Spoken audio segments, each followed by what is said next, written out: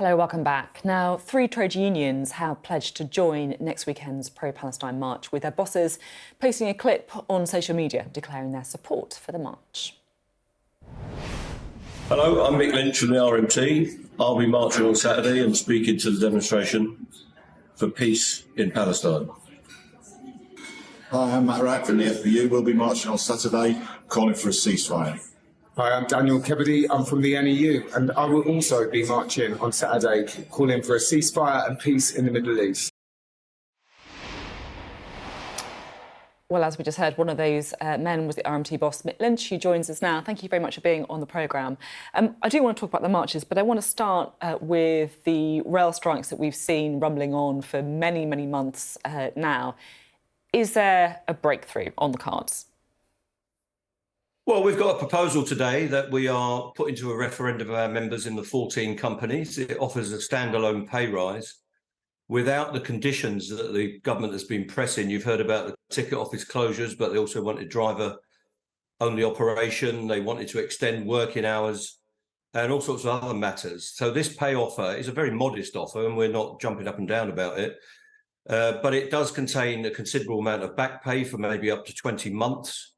And our members will look at that now over the next 2 or 3 weeks. They'll get a vote on it. And if they decide they want to accept it, we'll get that back pay and we'll move into a set of discussions in the new year, going through till April. So it's a 6-month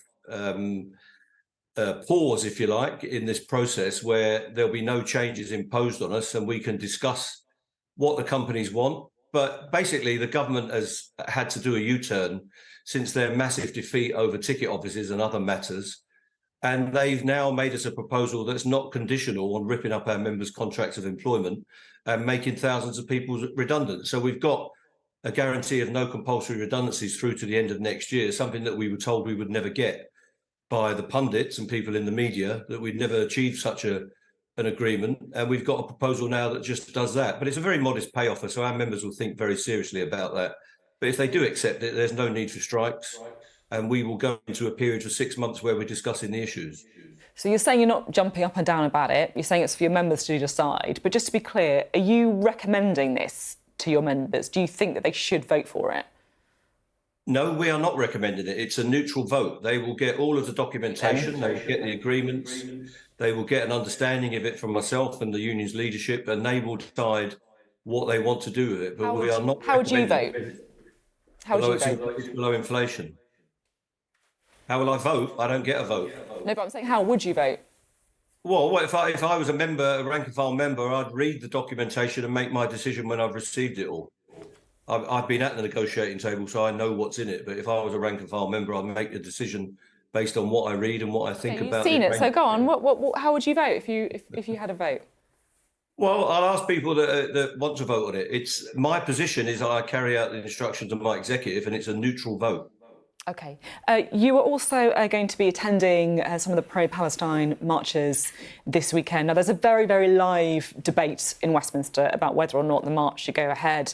You have, of course, lots of people who think that, look, if you can't march for peace on Remembrance Sunday, when can you do it? On Remembrance Day on Saturday, I should say. Other people saying that at a time when people are paying their respects, it's a very, very sensitive and emotional weekend for so many of us. It's not the time for a march. Why are you there? Well, the RMT will be very respectful. We have got active members serving on Royal Fleet Auxiliary ships off the coast of Palestine and Israel at the moment, serving the military and the Navy. So we are very respectful, and we will be taking part in memorials this weekend at railway stations and, of course, for the Merchant Navy, who we represent in this country, going back through 2 world wars and all sorts of conflicts. So we are very mindful of that situation. And of course, many of our members who have been on strike and are involved in our union are veterans themselves. So we're very respectful of that situation. And this march has been arranged in the assembly at the American Embassy, away from the cenotaph, away from the main activities. It's taking place after the 2-minute silence at 11 o'clock. It will have no interference with that. The police have said it's a lawful march and it will take place. And I'm confident that it will be respectful and it will be separate from those situations. There are football matches, there are shopping going on, there is all sorts of activities going on Saturday, and it's never been a day where the country comes to a stop. So, having said that, we will be taking part in a solidarity expression. Our solidarity is with peace. We condemn the murder of the Israeli citizens in early October. We condemn the overreaction and the disproportionate response by the Israeli army and military onto the people of the Gaza Strip. We want to see peace. We want peace for all of the peoples of the region, and we want that peace to come quickly. So we want everybody to stop fighting. Hamas, the Israeli army, we want to get some supplies, emergency medical aid and food and water and all the rest of it into the people of Gaza. And we want the peacemakers to be encouraged and not the warmongers. So that's why we will be there.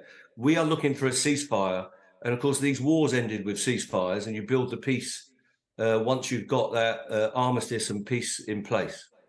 OK, thank you very much, Mick Lynch there of the RMT.